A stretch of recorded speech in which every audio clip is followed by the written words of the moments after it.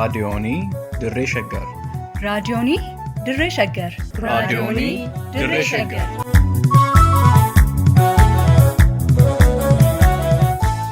Raadiyoonii Dirree Shaggar. Raadiyooniin Dirree Shaggar torbaan guutuu guyyoodhaan galgalatti sa'aatii tokkorraa eegalee hamma sa'aatii tokkoof walakkaatti dambalii gabaabaa meetir baandii 19 kiiloo heerzii 15,415 irratti qophii dabarsuu amma jalqaba. Raadiyoonii Dirree Shaggar.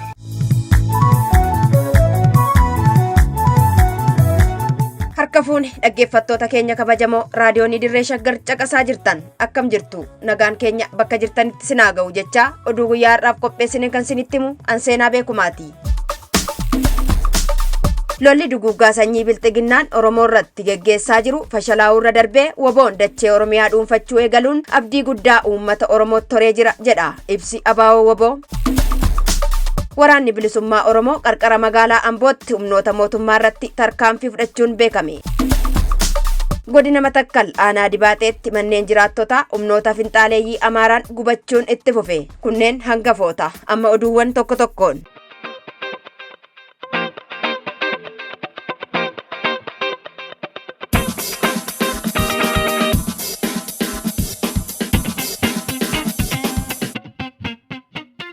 Lolli duguuggaa sanyii bilxiginnaan Oromoo irratti geggeessaa jiru waraana bilisummaa Oromootiin fashalaa'uurra darbee woboon dachee Oromiyaa dhuunfachuu eegaluun abdii guddaa uummata Oromootti horee jiraachuu abaawoo woboon ibse. Ajajaa olaanaan abaawoo woboo ibsa baaseen lolli waraanni bilisummaa Oromoo geggeessaa jiru lola haqaa nagaa waaraa dhalchuu danda'u akka ta'e ifoomseera. Aangoo siyaasaa mootummaa humnaan dhuunfatanii herreegni humnaan tikfachuuf taasifamu dogoggora siyaasaa addi diimokiraatawaa uummattoota Itoophiyaa waggoottan darban keessatti raawwateerra. Kan maddee fi uummataa fi biyya keenya gatii ulfaataa baasisaa turee fi jiru akka ta'e kan eere ibsi kun gatii bilaasha uummanni baasaa jiru hubachuu dhabuun qaamolee ammas aangoo mootummaa qabatanii jiran uummatatti ibiddaa lolaa irbaata rasaasaa taasisaa akka jiran beeksiseera.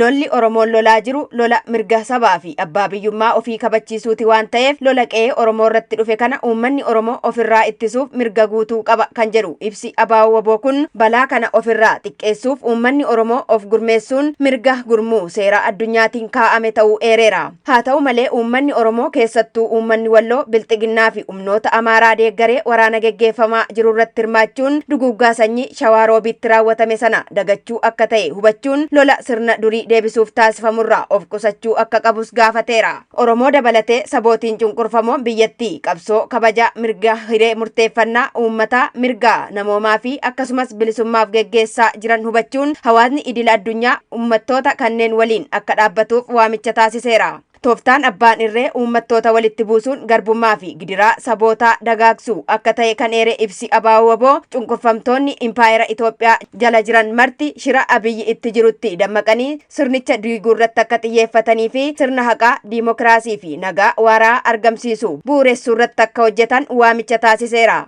Liban Jaarsootu qindeesse.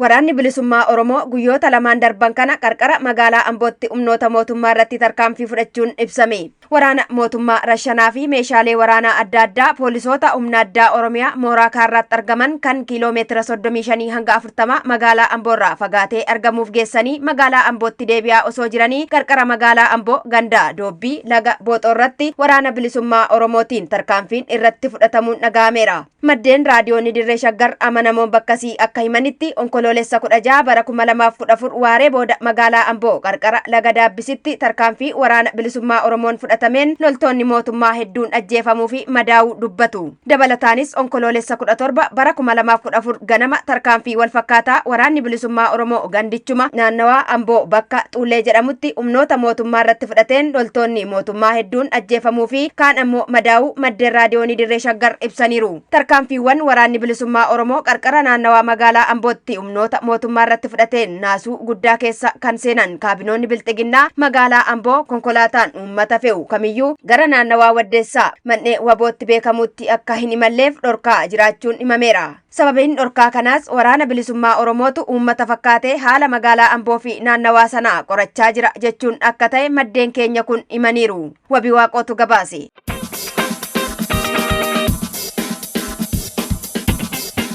Godina Matakkal aanaa Dibaatee ganda Giiboo Coqorsaatti Oromoo dabalatee manneen jiraattotaa humnoota addaa naannoo Amaaraa fi garee finxaaleeyyii Faannoo jedhamu kan mootummaa naannoo Amaaraatiin hidhachiifame gamas bobbaafameen gubachaa jiraachuun ibsame. Akka maddi keenya tokko ibsutti hokkora humnoonni Amaaraa aanichatti kaasaniin jiraattonni hedduun qe'ee isaaniirraa wayita buqqaafamanii jiranitti humnoonni kunneen manneen buqqaattotaa irra naanna'uun qabeenyaa erga saamanii booda manneenitti ibidda qabsiisanii barbadeessaniiru. Godina Matakkal bulchiinsa naannoo Amaaraa jalatti deebisuun kaayyoo humnoota finxaaleeyyii kunneenii akka ta'e kan eeru. Maddi kun kanas mirkaneeffachuuf uummata buqqisuu, qabeenyaa uummataa saamuu fi manneen jiraattotaa gubuu irratti xiyyeeffatanii akka jiran dubbatan. Qaamni mootummaa ofiin jedhu uummata qe'ee isaarraa buqqaafame osoo arguu fi dhaga'uu qabeenyaa uummataaf eegumsa gochuu dhiisee garee finxaaleeyyii Amaaraa saamsisaa fi gubsiisaa akka jiruu fi taatee seermaleessummaa adeemsifamaa jiru himeera. Gochoonni suukaneessoon akkasii Oromoota godinicha keessa jiraatan irratti raawwatamaa osoo jiranii onkoloolessa 16 bara 2014 hiriira baasuun deeggarsa mootummaaf qabdan ibsaa. Abaawoo Shanee balaaleffadhaa jechuun kaabinoonni bilxiginnaa godinichaa fi aanaalee dirqamaan hawaasa nagaa dararaa jiraachuu maddi keenya kun raadiyoon Dirree Shaggaritti himeera. Wabii Waaqootu gabaase.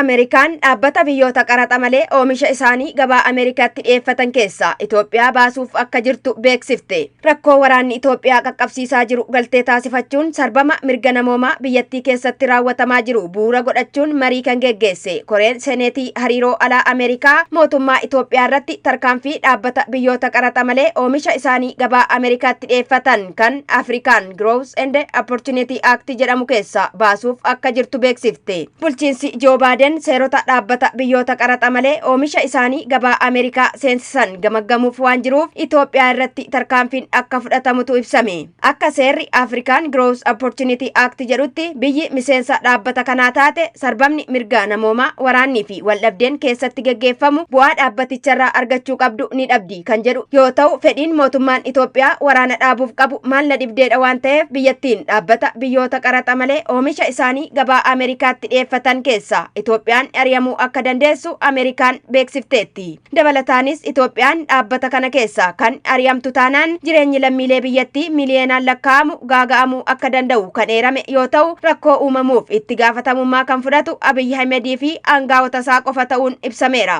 Tarkaanfii Ameerikaan fudhachuuf jirtu hordofuun fayyadamummaan Itoophiyaan dhaabbata African Growth and Opportunity Act irraa argattu akka itti fuftuuf imbaasiin Ameerikaa Itoophiyaatti argamu deeggarsa akka taasisu gaafachuu FBC'n onkoloolessa 17 bara 2014 gabaaseera. Koomishinii investimentii Itoophiyaa kan taate Aadde Lalisee Namee tarkaanfii Ameerikaan fudhachuuf jirtu akka dhiiftuuf ogeessa olaantuu daldalaa imbaasii Ameerikaa Yaasuu Paa haasofsiisuun gabaafameera. Gabaasaaleen adda addaa agarsiisaa akka jiranitti Ameerikaan tarkaanfii kana Itoophiyaa irratti kan fudhattu taanaan oomishaaleen investimentii Itoophiyaa kan biyya alaatti gurguraman rakkoo guddaan waan mudatuuf dinagdeen biyyattii waraannii fi qaala'insi jireenyaa butuche badduu baasuu akka danda'u ibsuu irratti argamu. Kan qindeesse Wabii Waaqooti.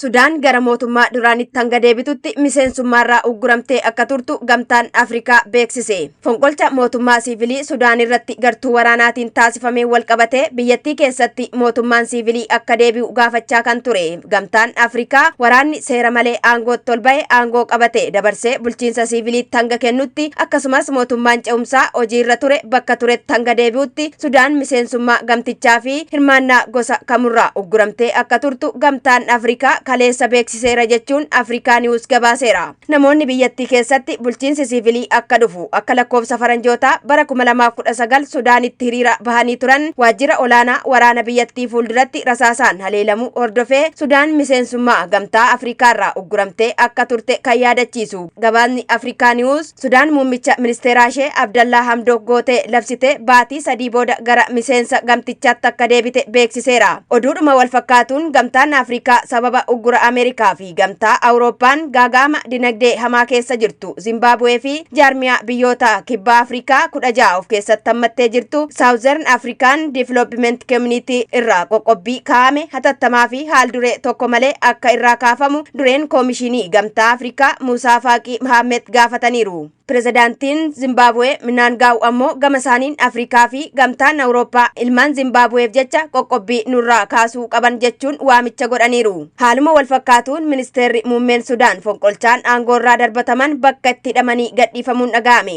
Biyya fonqolcha akka furmaata waldhabdee siyaasaa biyyattii furuutti ilaalaa jirtu. Sudaan keessatti fonqolcha mootummaa siivilii irratti wiixata darbe ajajaa waraanaa biyyattii Jeneraal Abdul Fattah al-Burhaaniin durfamuun aangoorraa kaafamuun mana hidhaatti darbataman kan ture ministeerri muummee mootummaa ce'umsaa Sudaan Abdallaa Hamdok mana hidhaatii gadhiifamuun beekameera. Abdallaa Hamdok dabalatee aangaa'onni biroon fonqolcha mootummaa wiixata darbe mootummaa siivilii irratti godhame hordofuun bakka hin beekamnetti hidhamuun dhaga'ameera. Eegasii hidhaarraa hiikamanii gara mana jireenya isaaniitti deebi'uun kan ibsame. Abdallaa Hamdok garuu ministeera dantaa alaa Ameerikaa Antoonii Bilinken waliin bilbilaan mari'achuun gabaafameera. Fonqolchi mootummaa siivilii irratti raawwatameen ministeera muummee fi aangaa'ota biroo to'achuun mootummaa ce'umsaa Sudaan diigamuu kan himan ajajaan waraanaa biyyattii Jeneraal Abdul Fattah al-Burhaan filannoon Sudaan bara 2023 hanga ga'utti fi haalli nageenyaaf tasgabbii Sudaan keessaa qabbanaa'utti biyyattii labsii yeroo muddamaa jalatti waraanaan kan bultu ta'uu murteessuu beeksisaniiru. Itoophiyaan rakkoo keessoo ishee osoo hin furatiin qaamoleen siyaasaa Sudaan biyyattii tasgabbeessuuf rakkoo isaan mudate karaa nagaa akka furataniif waamicha yoo gootu xiinxaltoonni siyaasaa gaanfa Afrikaa immoo fonqolchi mootummaa Sudaan yoo milkaa'e dhiibbaa jabaa fiduu akka danda'u dubbachaa jiru. Gareen International Crisis Group ammoo lola kaaba Itoophiyaatti geggeeffamaa jiruun loltoonni TPLF gama lixa Tigraayin guutummaatti to'atanii daandii dhiyeessii meeshaa fi deeggarsi karaa Sudaan irraa seenuun saaqnaan Itoophiyaarra darbee naannoo gaanfa Afrikaa illee balaa hamtuu ta'uu akka danda'u xiinxalaniiru.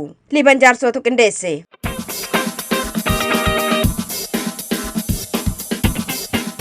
Oduun har'aaf qabnu kan hangammaa ture. Qophii keenyaaf waliin tura.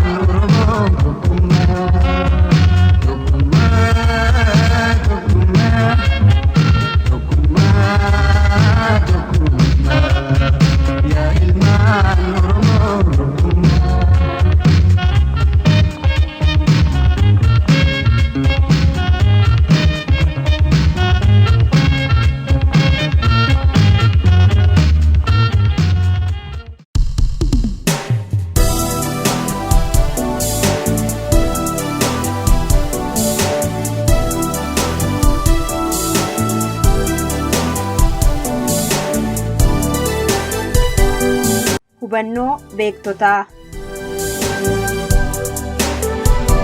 Sagantaa kanaan ilaalcha, taajabbii, qeeqa, hubannoo fi qorannoo hayyoonni haala dhimma biyya keenyaa irratti barreessan isiniif dhiyeessina. Hubannoo beektotaa.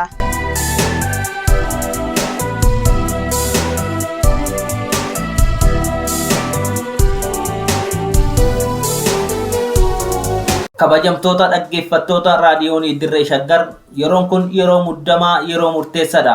Kanuma ilaalchisuun sagantaa keenya hubannoo beektotaa har'aatiin ibsa ejjennoo dhaabbileen gurguddoon lama haala yeroo irratti baasan isiniif dhiyeessina. Wabii keenya, abdii keenya, riqicha tokkummaa, dirree dimokiraasii, KFO. Gaagaabni siyaasaa biyya keenyaa furamuu kan danda'u marii biyyaalessaa haqa qabeessa dhugaa fi hunda hirmaachisu qofaani. Yaada marii waliigaltee mootummaa paartiin aangorra jiru dhiyeesse ilaalchisee ibsa Koongireesii Federaalawaa Oromoo KFO irraa kenname. Waggoota 3 darbanis ta'ee sana dura Koongireesii Federaalawaa Oromoo KFO'n gaagaama siyaasaa Itoophiyaa yeroo kamuu caalaa hundee gadi fageeffatee fi hammaachaa dhufe furuuf mariin biyyaalessaa hunda hirmaachise akka taasifamu gaafachaa turuun ni yaadatama. Fakkeenyaaf wayita muummichi ministeeraa Dr. Abiy Ahmed gara taayitaatti dhufan KFO'n ce'umsa milkaa itti fufiinsan gara dimokiraasiitti geessu gochuuf waltajjiin marii biyyaalessaa akka qophaa'uuf wixinee maappii siyaasaa rood maappii qopheessinee yaada ijaarsaa dhiyeessinee turre. Dhiyoo kanas qophii filannoo biyyaalessaa marsaa 6ffaa bara 2013 irratti KFO'n ibsa gaazexaawaa filannoon iftoomina hin qabnee fi hunda hin hirmaachifne dimokiraasii fiduu hin danda'u jedhee baase keessatti nageenyii fi tasgabbiin biyyattii akka mirkanaa'uuf mootummaan itti gaafatamummaasaa akka ba'uuf waamicha taasisneerra. Qaamaanis ta'ee walga'iiwwan karaa miidiyaalee mul'atan kamiinuu carraa argame hundatti fayyadamuun hooggantoonni KFO ce'umsi gufataan biyyattii gara hokkora dabalataatti akka hin kuffisnee fi biyyattii baraaruuf marii fi waliigalteen biyyaalessaa akka taasifamu waamicha gochaa tureera. Waamichi KFO'n irra deddeebiin taasisaa ture dhageettii dhabee hafe. Filannoon bara 2012 yeroo dheeratus mootummaa fi qooda fudhattoonni filannichaa filannoo amanamaaf haala mijataa uumuuf dursee mariin biyyaalessaa akka uumamuu fi carraa sanatti akka fayyadamaniif KFO'n waamicha taasisee ture. Haala nama gaddisiisuun paartiin taayitaa dhuunfate waamicha keenya fudhachuurra paartii keenya ukkaamsuun waajjiraalee keenya cufuu fi hooggantootaa fi miseensota KFO sadarkaan jiran hidhuun deebii farraa kenneera.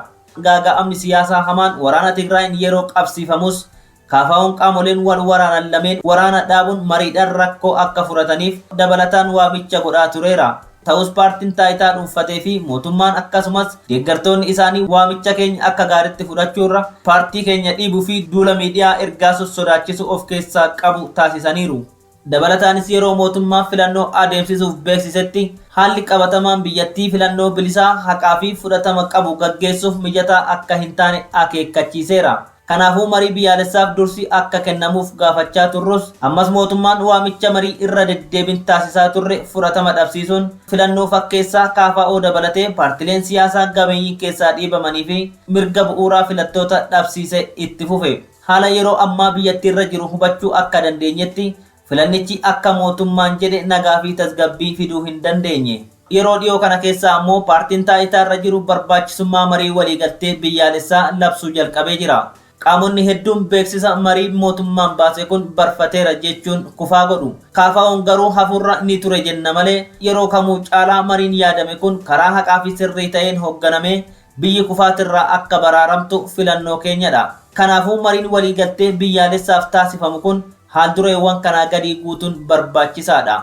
Tokkoffaa waraanni seera kabachiisuu jechuun eegalame yeroo ammaa kana mata duree jiraachuu fi jiraachuu dhabuun biyyaaf jedhuun kallattii hundaan gaggeeffamaa jiru hatattamaan dhaabbatee mariin biyyaalessaa hunda hammate akka godhamu ni yaadachiifna. Lammaffaa marichi qaamota hawaasa idil addunyaatiin beekamtii fi deeggarsi kennameefin akkasumas qaamolee bilisaa fi amanamoo ta'anii garee kamiifuu hin loogne kanneen hunda biratti fudhatama qabaniin hoogganamuu qaba. Sadaffaa mariin biyyaalessaa kun garee mormitootaa hidhannoon socho'an dabalatee dhaabbilee siyaasaa hundaa haqaan kan hirmaachisu ta'uu qaba.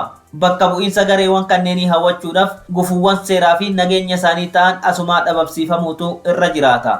Afraffaa hidhamtoonni siyaasaa hundinuu hiikamanii hirmaattota marichaa ta'uutu irra jiraata jenna. Xumura irratti gaaga'ama yeroo ammaa biyyattii mudateef ga'ee hangafummaa kanneen raawwatan keessaa tokko hanqina walamantaa dhabuu hayyoota biyyattiiti. Kanaafuu maqaa marii waliigaltee biyyaalessaatiin qaama garee tokkoof looguun marii biyyaalessaa waamamurratti walga'iin hunda hin hirmaachifne yoo yaamame dandeettii walitti bu'iinsa waliinii mariin furuu akka hin qabaanne taasisa. Wal amantummaan akka laafuuf qofa gargaaruu danda'a.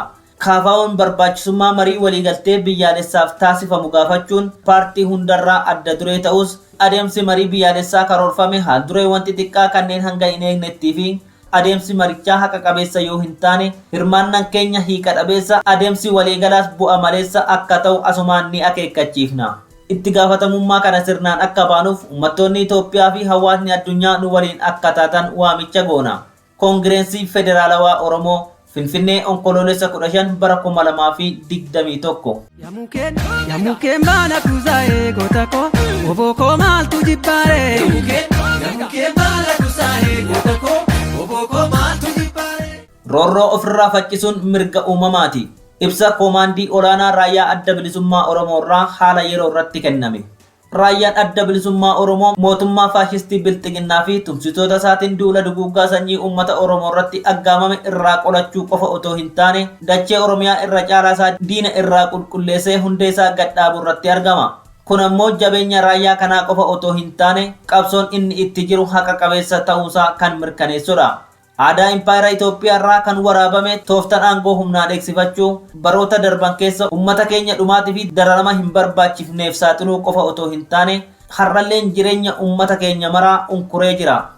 Seenaa keenya dhiyoo keessatti uummanni keenya qabsoosaatiin mootummaa adda waa'ee aangorraa darbatulleen adeemsa siyaasaa dogoggoraa mootummichi gaggeessaa turerraa kan ka'e waldiddaa keessoo uumameen carraa masaraa 4 kiiloo to'achuu kan danda'e tuunni abjuu hin mirkanoofne maraate kutaa biyyattii gara kaabaa fi naannolee biroo keessatti dhiiga lammiilee akka maleen akka gadi namu gochaa jira. Tuunni ani mootummaadha jedhee aangorra jiru kun cufaayyuu lammiilee biyyattii irra caalaa waraana keessatti waadduuf karoorfatee ummattoota gidduutti akka wal jibbiinsi babal'atu ummattoonni akka waraana wal irratti banan gochuuf olola sobaa guddaa miidiyaa irratti banee jira. Kana bira darbees dargaggoota hidhannoo hin qabnee fi leenjii loltummaa hin arganne soba birmadummaan biyyaa uggame yookiin tuqame jedhuun gara adda waraanatti guuree irbaata rasaasaa gochaa jira. Qabeenyaan biyyaa kan mootummaa fi kan nama dhuunfaas kan birrii biiliyoonota hedduutti shallagamu ta'e jedhamee barbadaa'aa jira. Kanaan wal qabatees uummanni kumoota dhibbootaan lakkaa'amu qe'ee isaarraa buqqa'eera. Miliyoononnis beelan miidhamaa jiru. Aarsaan kun marti kan kaffalamaa jiruuf umurii aangoo murna faashistii tokko kan ummattoota hunda cafaqee dhiitee bituuf abjootu dheeressuufi fedhii babal'ifattoota daangaa isa yoomuu hin qabbanoofne fixan baasuuf waraana banamerraa kan ka'e waraanni gama kaabatiin baname kun babal'ataa dhufee godinoota walloo guutummaa guututti haguugee jira. Waggoota 400 darbaniif duguggaa sanyii fi duula dhabammii eenyummaatiif saaxilamaa kan ture uummanni keenya walloo kallattiin waraana kanatti hirmaachuuf waraana kanaanis miidhamuu jalaa akka hin baane ifa ta'aa dhufeera.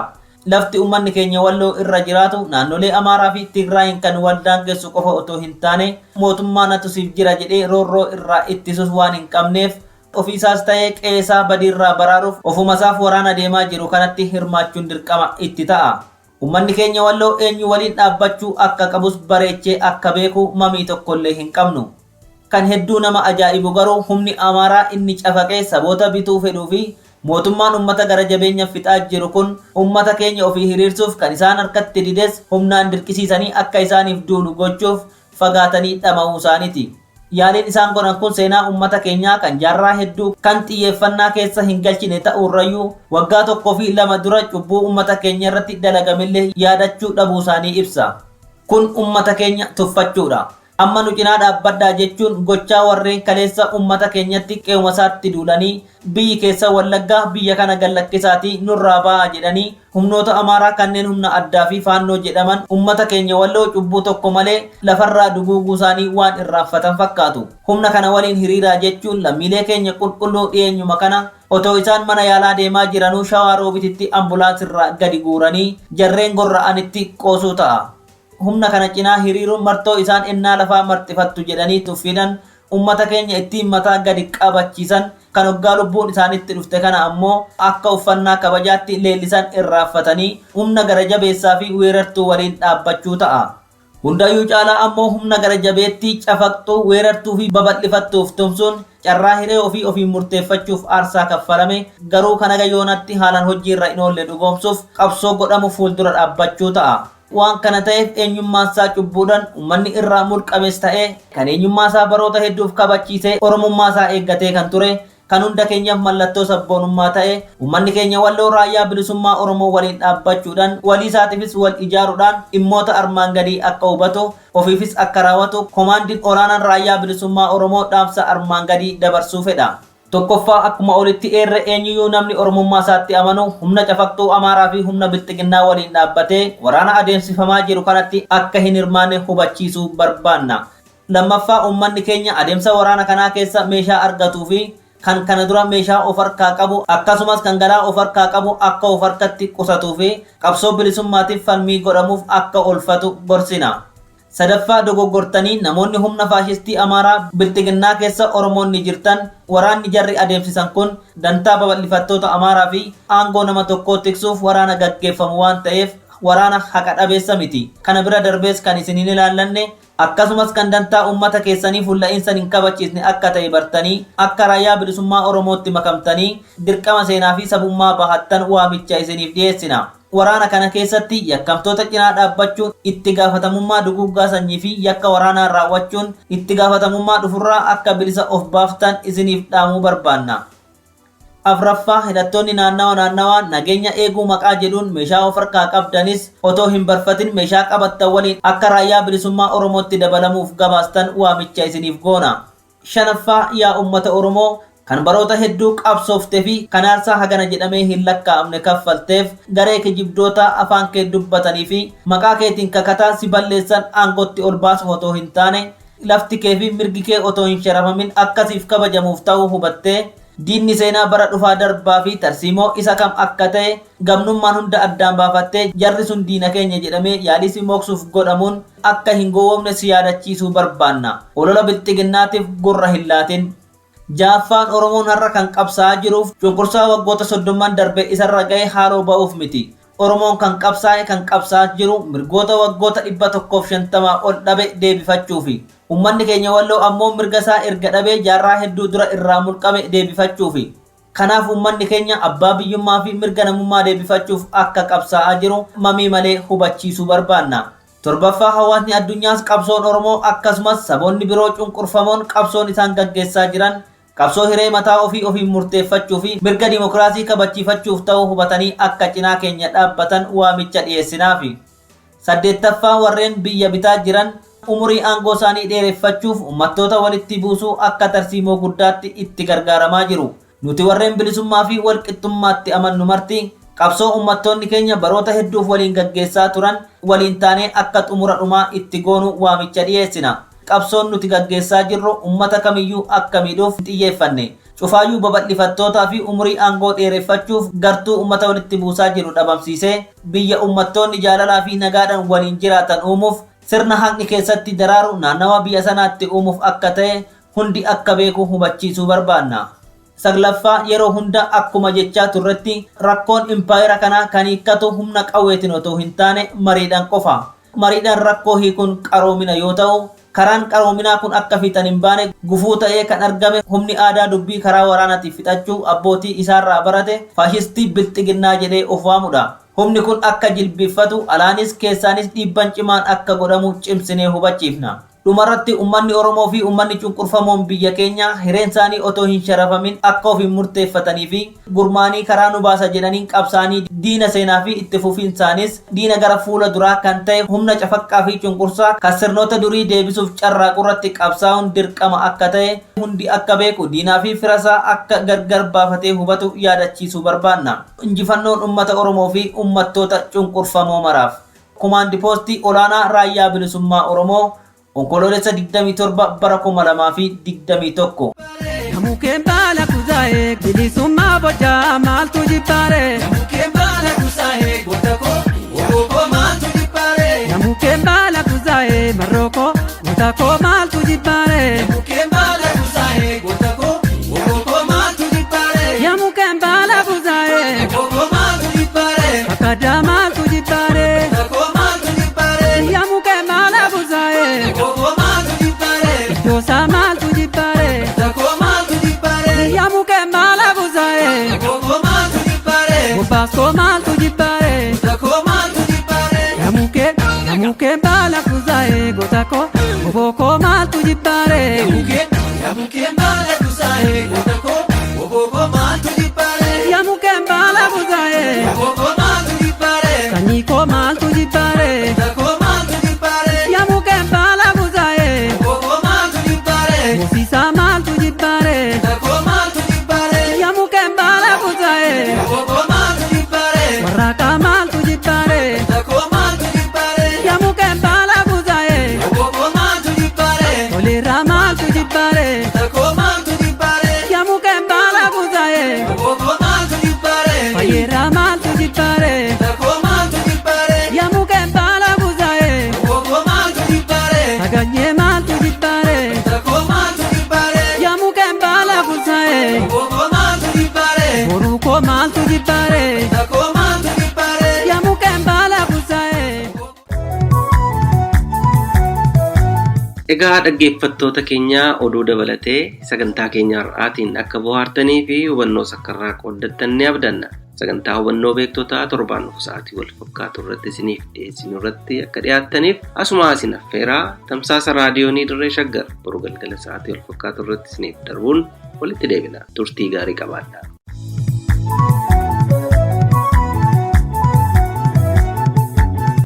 raadiyoonii dirree shaggar raadiyoonii dirree shaggar raadiyoonii dirree shaggar